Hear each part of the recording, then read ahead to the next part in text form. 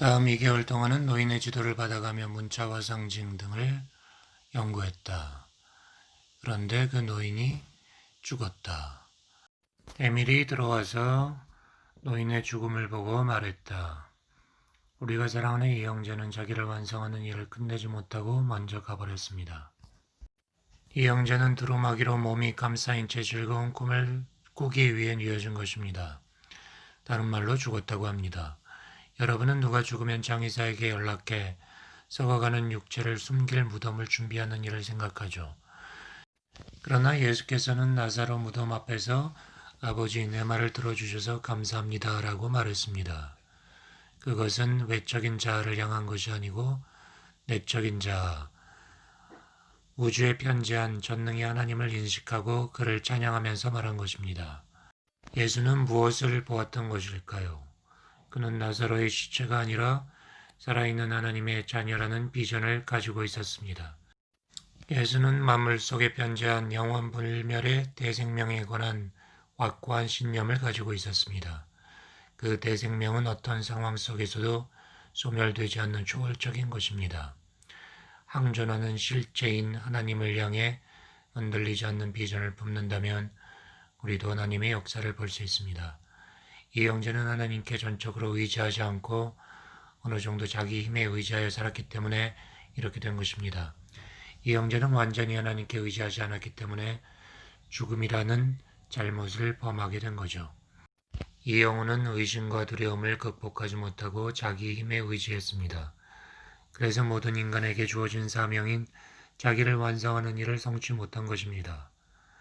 우리가 이 형제를 그대로 놓아준다면 자기를 완성하는 일을 끝내기 위해 환생해야 될 겁니다. 그러나 이 형제는 완성 단계에 거의 가까이 와 있었기 때문에 우리가 그를 도와줄 수 있습니다. 여러분은 이 사람이 과연 다시 살아날 수 있을까 의심할 것입니다. 이 형제는 다시 살아날 수 있습니다. 이 형제뿐만 아니라 비슷한 상태의 다른 사람들도 모두 다 살아날 수 있습니다. 여러분이 보시는 바와 같이 이 형제는 분명히 죽었습니다만 삶의 한 부분을 함께 나누었던 우리는 그를 도울 수 있습니다. 우리가 돕는다면 그는 빠른 시간 안에 깨달음을 얻어 자기 몸을 완성시킬 것입니다. 잠시 후 마을에서 올라온 4명의 대사가 들어왔다. 함께 모여서 말없이 있었다. 그들 중 2명이 우리를 향해 함께 하자고 손짓했다. 우리는 죽은 자를 둘러섰다. 오랜이 방안이 밝아지고 예수와 빌라도가 함께 나타났다. 예수께서 침대 의자 앞으로 다가가 양손을 들어올리고 말했다. 사랑하는 여러분, 잠시 저와 죽음의 골짜기 저편으로 들어가 보지 않겠습니까? 죽음 저편은 여러분이 생각하는 것과 달리 금단구역이 아닙니다. 그는 손을 뻗은 채로 그대로 서 있었다. 누워있는 자를 향해 말했다. 사랑하는 형제여, 그대는 우리와 함께 있고 우리는 그대와 함께 있어. 그리고 그대와 우리는 모두 하나님과 함께 있어. 하나님의 숭고한 순결과 평화와 조화가 만물을 둘러싸고 있으며 그들의 생명을 더욱 풍성하게 해주고 있어. 이제 하나님의 이 완전함이 그대에게 나타날 것이요. 그대는 살아날 것이며 아버지께서는 그대를 받으실 것이요. 그대는 깨닫게 될 것이요. 그대는 물질적 존재가 아니라 영원하고 순수한 대의 생명이라는 것을 말이오. 그대의 육체를 썩게 놔둘 필요는 없어. 그대에게는 지금 그대의 본향인 하늘나라의 영광이 비치고 있어. 그대는 이제 일어나 찬양하며 아버지께 나아갈 것이오. 그때 시체가 일어났다. 시체가 일어날 때 아름답고 순수한 빛이 방 안을 채웠다. 그 빛은 모든 사물을 관통하는 것 같았다. 우리는 장면을 바라보며 서 있을 수밖에 없었다. 우리는 그 시간 동안에 천국과 천국의 아름다움을 체험했다. 꿈이 아니라 현실이었다. 놀라운 것이었다. 우리는 삶과 죽음의 분별을 넘어설 수 있었다. 완전히 평온한 상태가 되었다. 죽음에서 살아난 노인은 젊어져 있었다. 그는 자기의 경험을 이야기하기 시작했다. 존경하는 여러분, 여러분은 저를 소생시켜 주셨습니다. 저에게 모든 것이 암흑이었지만 갑자기 깨어나 이렇게 여러분과 함께 있게 되었습니다. 그의 얼굴은 기쁨으로 빛나고 있었다. 사랑하는 여러분, 여러분은 제가 여러분의 손을 잡고 악수하면서 느낀 기쁨을 상상하지 못할 것입니다. 여러분도 삶의 진정한 의미를 깨닫고 의미에 걸맞게 충실히 살면 제가 누리는 기쁨을 누리게 될 것입니다. 저는 제가 보고 있는 이 비전을 여러분에게 온 형제 자매들에게 나누어 주고 싶은 마음입니다. 제가 여러분을 변형시켜 지금 제가 서 있는 자리까지 끌어올릴 수만 있다면 좋겠습니다. 그러나 여러분은 스스로 변형되어야 합니다. 여러분이 발을 뻗기만 하면 여러분의 손을 잡으려고 하나님께서 손을 내밀고 있다는 것을 알게 될 겁니다. 그렇게 말하고 나서 그는 시야에서 사라져 버렸다. 그가 사라진 것이 꿈인지 생신지 의심이 들었다. 마을에서 올라온 대사 한 사람이 말했다. 저는 여러분이 지금 의심하고 있다는 것을 압니다. 그러나 이 모든 일은 연극이 아닙니다. 다시 살아난 그 사람은 자기의 힘으로는 죽음의 한계를 극복할 수 없었습니다. 그래서 죽었던 것입니다. 그의 영혼은 육체에서 떠났죠. 그러나 이 정도의 깨달음을 얻은 사람은 육체와 영혼이 다시 결합하여 육체를 완성시킬 수 있습니다. 그 완성된 육체를 가지고 영계로 들어가는 거죠. 어느 날 대화 중에 한 대원이 지옥이 있는 곳과 악마의 의미에 대해 물었다. 그러자 예수께서 말했다. 지옥이나 악마는 깨닫지 못한 인간의 생각 속에만 존재하는 것입니다. 그것이 어디 있다고 생각하든 그것은 인간의 생각일 뿐입니다. 하나님께서 모든 것이며 모든 것을 통치하신다면 그 하나님의 완전한 계획 속에 지옥이나 악마가 어떻게 끼어들 수 있겠습니까? 인간이 있는 곳에 지옥과 마왕이 있으며 인간이 그들에게 힘을 부여해주고 있는 것입니다. 제가 쫓아낸 귀신은 모두 귀신 들린 자들이 개인적으로 만들어낸 그들 개인의 적들이었습니다. 하나님이 누구인지 어떤 존재인지 알고 싶습니다. 오늘날 세상에는 하나님에 대한 근원적인 대답이 없이 혼란만 가중시키는 사상이 퍼져 있습니다. 그런데 하나님은 존재하는 만물의 배후에 있는 원리입니다. 만물의 배후에 있는 원리는 전지전능하며 우주 속에 편재한 거룩한 영입니다. 하나님은 모든 선한 것들을 인도하는 직접적 원인이 되는 유일심이며 우리가 살면서 겪는 모든 것들의 근원이며 모든 것들을 하나로 결합하는 사랑의 근원입니다. 하나님은 비인격적 원리입니다. 개인에게는 하나님이 인격적인 부모가 될 수 있습니다. 그러나 하늘이라고 부르는 우주 공간 어디엔가 앉아있는 초인적 존재는 아닙니다. 하나님은 하늘의 보좌에 앉아서 죽은 사람을 심판하는 존재가 아닙니다. 하나님은 여러분을 심판대 앞에 세우고 자신의 존재를 과시하는 분이 아닙니다. 하나님은 무한한 사랑으로 아낌없이 베푸는 부모이며 그를 향하기만 하면 누구라도 따뜻하게 품어주는 분입니다. 하나님은 여러분이 어떤 사람인지 어떤 사람이었는지 문제 삼지 않습니다. 순수한 의도를 가지고 진정으로 그를 찾기만 하면 그의 자녀가 됩니다. 여러분이 아버지의 집을 등지고 쓰레기 같은 삶을 살며 돼지를 치는 비참한 지경에 처한 탕자라 해도 아버지의 집을 향해 발길을 돌리기만 하면 따뜻하게 맞아줍니다. 아버지의 집에는 돌아올 탕자를 위해 잔치를 벌일 준비가 되어 있습니다. 잔치상은 펼쳐져 있습니다. 하나님의 사랑은 깊은 산에서 솟아오르는 샘물과 같습니다. 여러분은 부모, 형제나 친구들과 얘기하는 것처럼 하나님과 대화할 수 있습니다. 하나님은 가까이 계시며 진실합니다. 벌을 주거나 분노하거나 쫓아내지 않습니다. 자녀들인 피조물들을 파괴하지 않습니다. 심판하는 자, 파괴하는 자, 억누르는 자인 신은 인간의 사고가 만들어낸 것입니다. 하나님은 호흡보다 가깝고 손과 발보다도 가까이 계십니다. 하나님의 영감은 옳고 선한 일을 도모할 때 주어집니다. 원하기만 하면 하나님의 영감을 받을 수 있습니다. 저는 내가 그리스도요 하나님의 독생자라고 말했습니다. 나만 그렇다는 것이 아닙니다. 다른 사람들과 마찬가지로 그리스도가 나타나도록 하기 위해서는 저도 제 자신이 그리스도라는 확신을 가지고 내가 그리스도라고 천명해야 했습니다. 그런 다음 그리스도의 삶을 살아야만 비로소 그리스도가 나타납니다. 그러나 자기가 그리스도라는 믿음을 가지고 그렇게 선언하면서도 그리스도의 삶을 살지 않으면 나타나지 않습니다. 모든 사람이 자신이 그리스도임을 천명하고 5년 정도 그리스도의 삶을 산다면 어떤 일이 벌어지겠습니까? 상상할 수 없을 정도의 깨달음이 뒤덮일 것입니다. 제가 서 있는 자리에서 제가 보고 있는 것을 보고 싶지 않으십니까? 왜 미혹의 어두운 수렁을 파놓은 것입니까? 분명히 비전을 볼 수 있다면 인간적인 생각으로 스스로 만든 것 이외에 신비적인 것이나 기적은 없으며 고통과 불완전한 부조화와 죽음도 없다는 것을 알게 됩니다. 저는 이미 죽음을 이겼다는 확신을 가지고 죽음을 이겼노라고 말했습니다. 그러나 십자가에서 죽음을 경험했던 것은 사람들에게 죽음을 이겼다는 것을 보이기 위해서였습니다. 다른 사람들이 깨달음을 얻을 수 있도록 도와주는 일에는 수많은 영체들이 동참합니다. 우리는 인류를 억압하는 악한 생각과 의심과 불신과 미혹을 몰아내기 위해 힘을 합쳐 일해오고 있습니다. 그런 것들을 악한 세력이라 불러도 좋습니다. 하지만 우리는 인간이 악하다고 생각하고 그것에 힘을 부여한 것 이외에는 악한 것이 실제하지 않는다는 것을 알고 있습니다.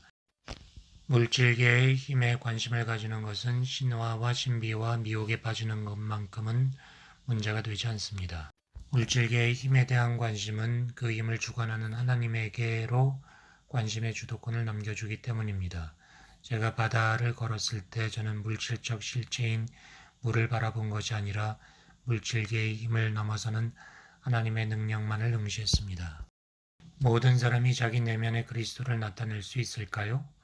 그렇습니다. 다른 가능성은 없습니다. 결국 모든 사람이 자기 내면의 그리스도를 나타낼 것입니다. 인간은 하나님으로부터 나왔고 하나님께 돌아갈 존재입니다. 하늘에서 내려온 자는 자기가 내려온 하늘로 올라가야만 합니다.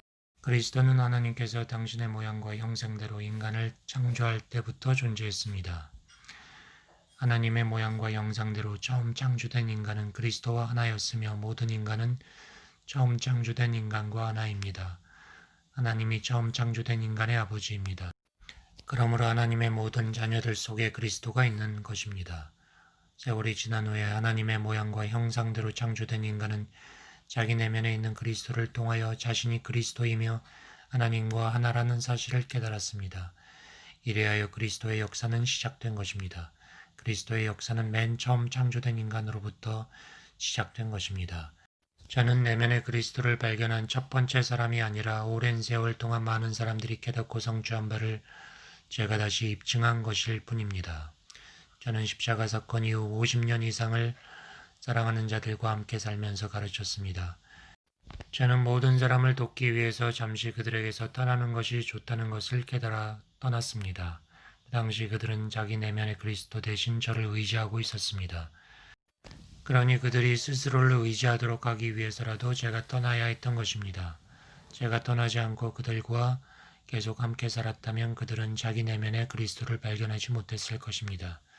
그리스도는 외적인 형상 속에 내재한 생명, 과학자들이 보기는 했지만 어디서 오는지 알지 못했던 솟아오르는 에너지임을 알 때 여러분은 이미 그리스도입니다.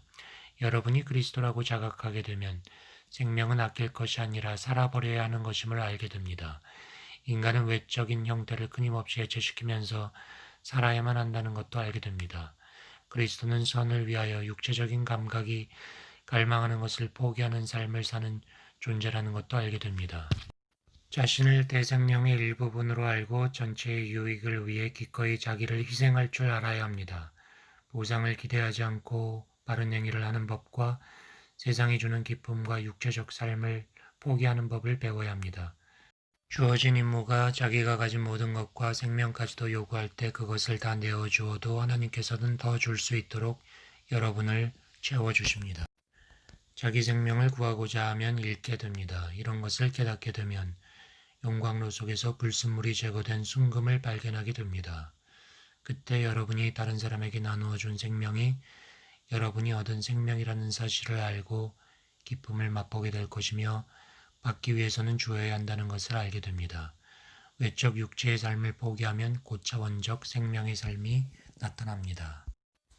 그 생명은 개인이 아니고 모든 사람을 위해서 주어지는 것입니다. 이 사실을 기쁨으로 확신하게 될 것입니다. 그리스도의 영혼을 지닌 자도 세파에 발을 들여놓을 수 있습니다. 그러나 그것은 세상을 구하기 위한 동정심에서 비롯된 것입니다. 이렇게 알게 되면 자랑하지 않고 동료 인간들을 도울 수 있습니다. 여러분의 도움을 구하는 굶주린 영혼에게 생명의 빵을 나눠줄 수 있는 것입니다. 생명의 빵은 아무리 나누어 줘도 줄어들지 않습니다. 여러분에게는 병든 자를 고치고 무거운 짐을 지고 신음하는 사람을 쉬게 할 능력이 있습니다. 여러분은 진리인 하나님의 말씀으로 그들의 영혼을 온전하게 해줄 수 있습니다. 무지로 인해 소경이 되었든 아니면 고의적으로 눈을 감아버린 소경이든 여러분은 그들을 눈뜨게 해줄 수 있습니다. 그들이 처한 처지는 문제가 되지 않습니다. 그들은 그리스도를 나타내고 있는 여러분을 통해 자기들도 여러분과 같은 그리스도의 삶을 살 수 있음을 느끼게 됩니다. 아버지와 아들의 진정한 하나됨은 외적인 것이 아니라 내면적인 것입니다. 외적인 하나님이 사라지고 내면의 하나님이 남을 것입니다. 홀로 있다는 고독감을 느낄 때라도 하나님과 함께 있다는 것을 알기 때문에 고독한 섬처럼 느끼지 않을 것입니다. 오히려 홀로 있다는 고독감을 느낄 때 사랑하는 아버지의 가슴에 가장 가까이 있을 것입니다. 슬픔이 찾아온 그 시간이 위대한 승리가 시작되는 순간입니다. 여러분이 그리스도라는 사실을 확실히 알게 된 때부터 여러분의 목소리는 기쁨이 넘칠 것입니다.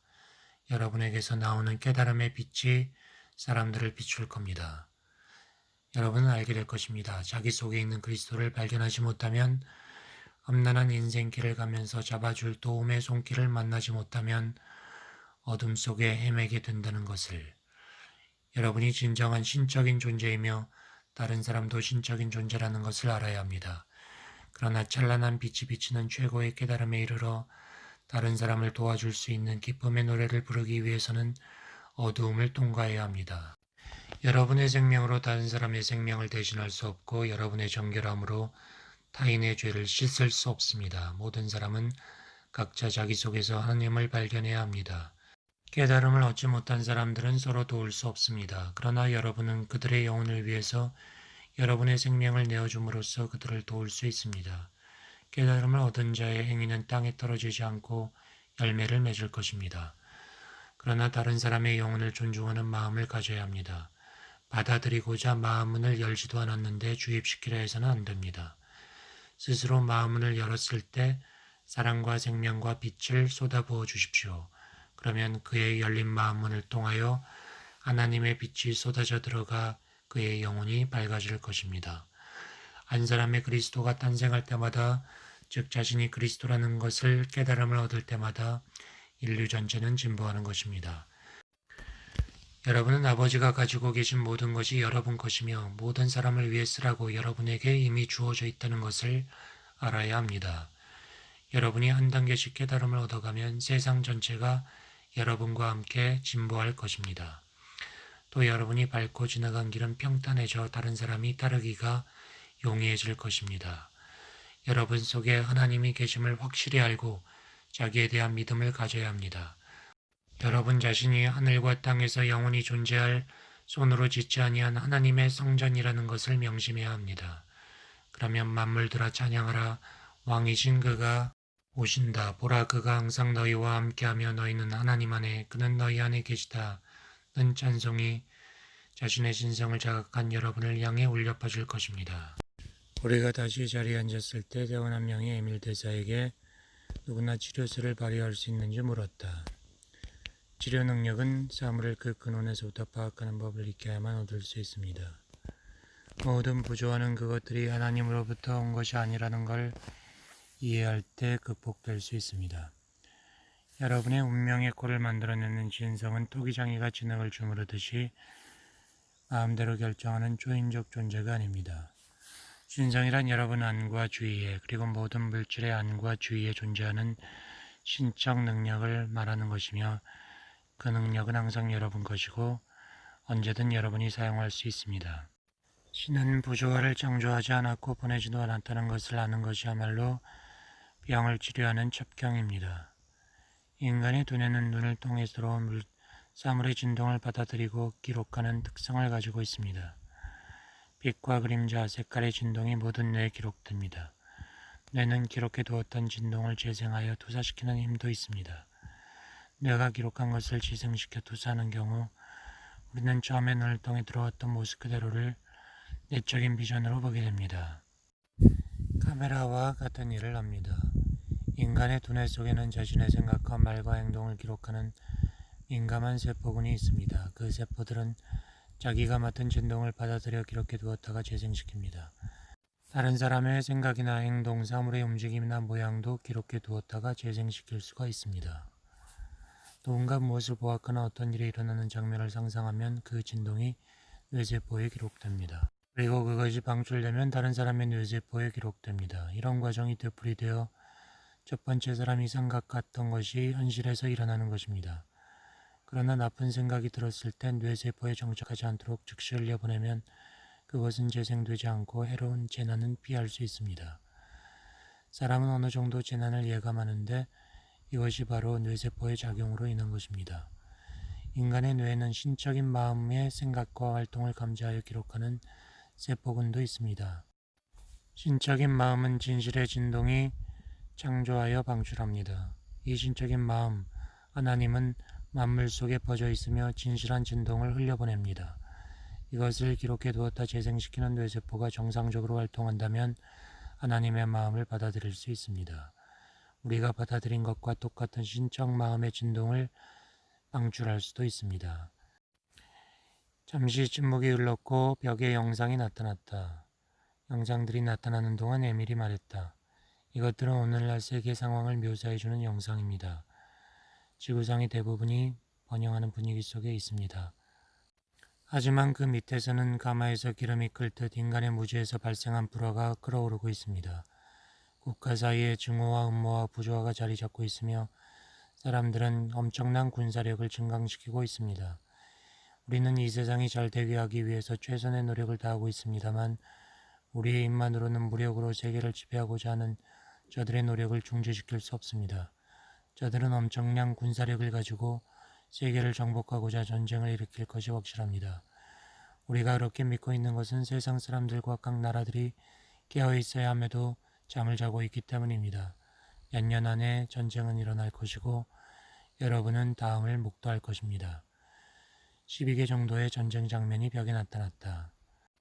우리는 이런 전쟁이 필연적으로 일어날 것이라 생각하지만 혹시나 상황이 역전되어 전쟁을 피할 수 있으면 하는 희망을 가지고 있습니다.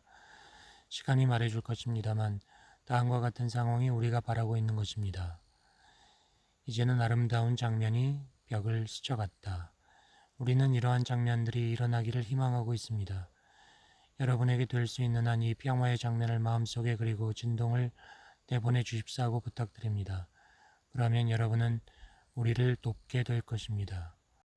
주 하나님이란 말의 의미는 무엇입니까? 주 하나님이란 말은 신적인 원리인 하나님께서 자기의 특성을 드러내기 위해 창조하여 이 세상에 보낸 완전한 존재자를 일컫는 칭호입니다. 그는 신적인 원리의 모양과 형상대로 창조되었으며 신적인 원리에 접근하여 그가 가지고 있는 모든 것을 사용할 수 있는 권한을 부여받았습니다. 그에게는 이 세상의 모든 것을 다스리는 지배권이 주어졌습니다.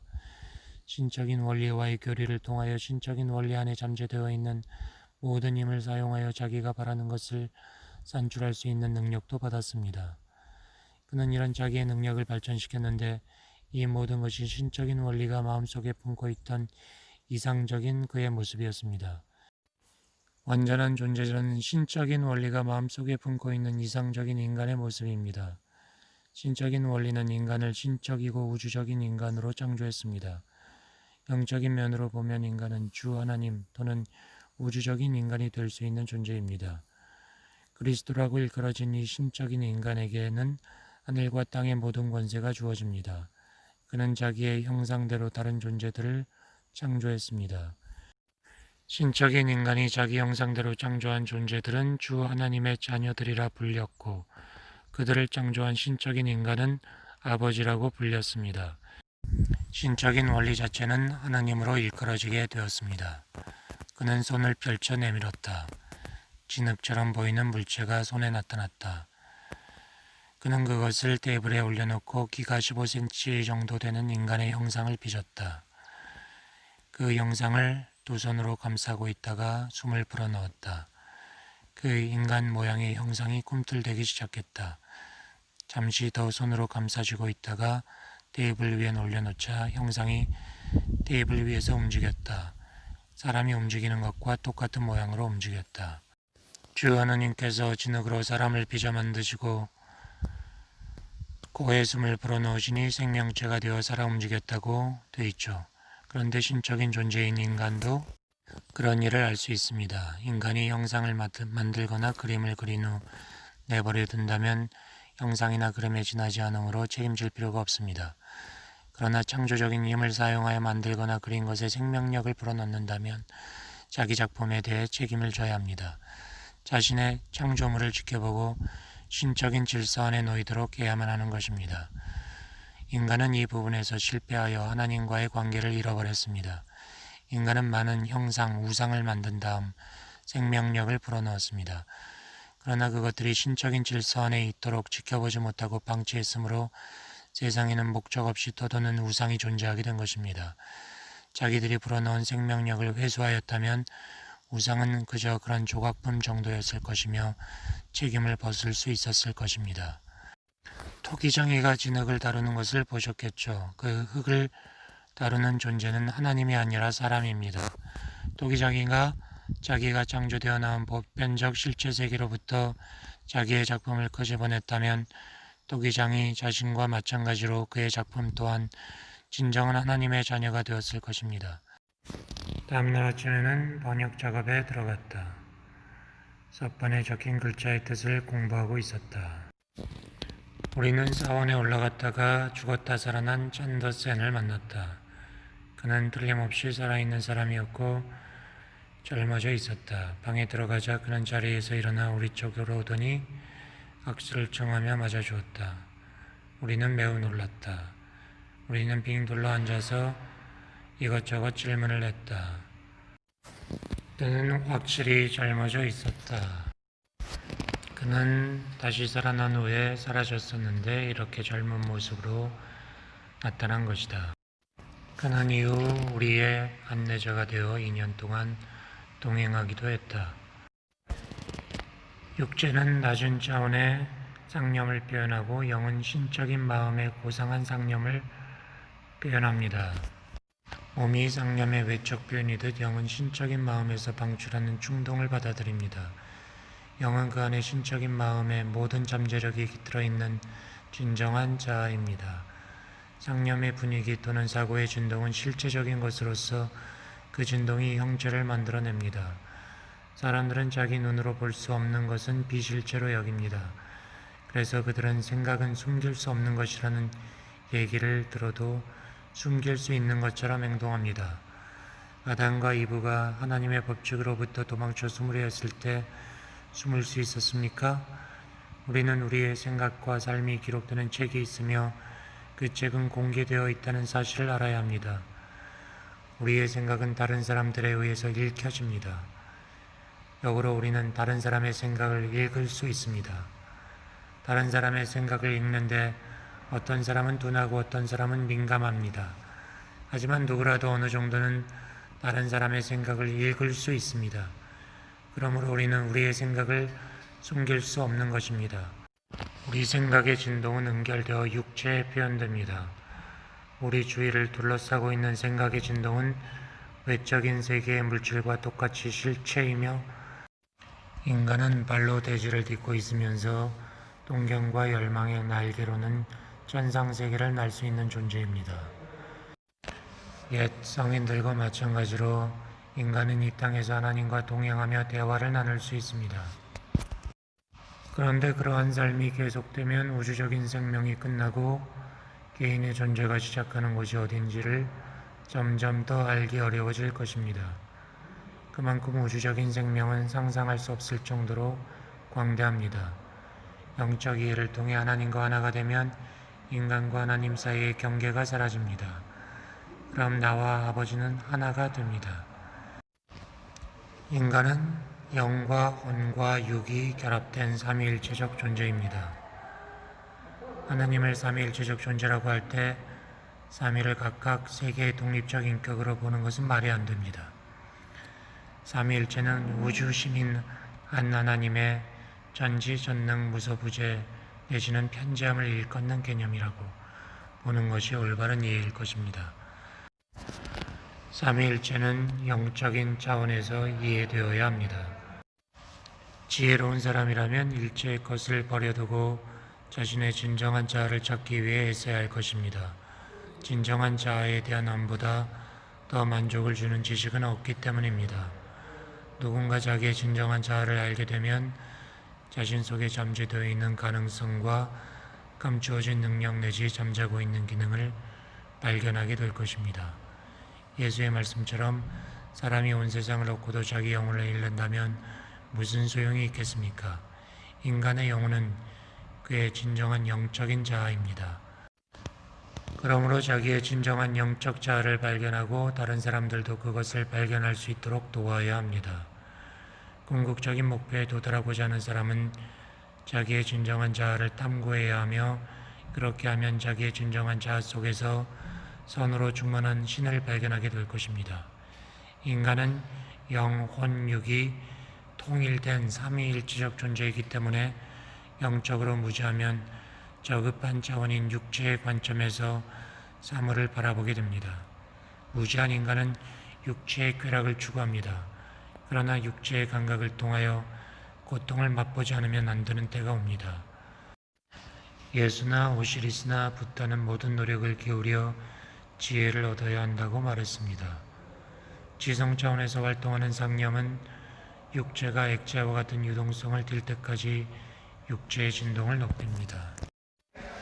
상념이 그 상태에 이르면 물질적이라고 할 수도 없고 영적이라고도 할 수 없습니다.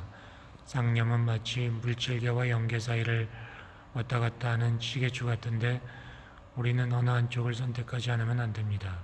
물질 쪽을 선택한다면 혼란을 맞게 되지만 영 쪽을 선택한다면 내면에 존재하는 하나님의 성전 꼭대기에 오르게 됩니다. 이러한 상념은 물질의 기와 상태에 비교됩니다. 하나님께서는 이러한 상념의 유동적 흐름을 조정하는 일을 인간의 결정에 맡겼습니다.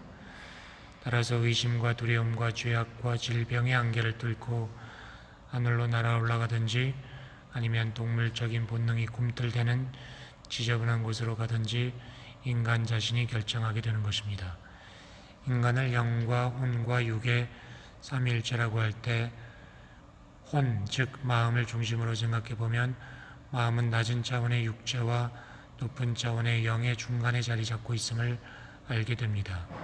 마음은 보이지 않는 영적 세계와 보이는 물질 세계를 연결하는 고리입니다. 마음이 육체적 감각 차원에서 활동한다면 마음은 동물적 욕망과 정욕의 자리가 됩니다. 육체 차원의 마음을 고양해서 감각의 미혹으로부터 초월해야 합니다. 인간의 마음은 영과 육 사이에서 긴밀히 연결되어 있습니다.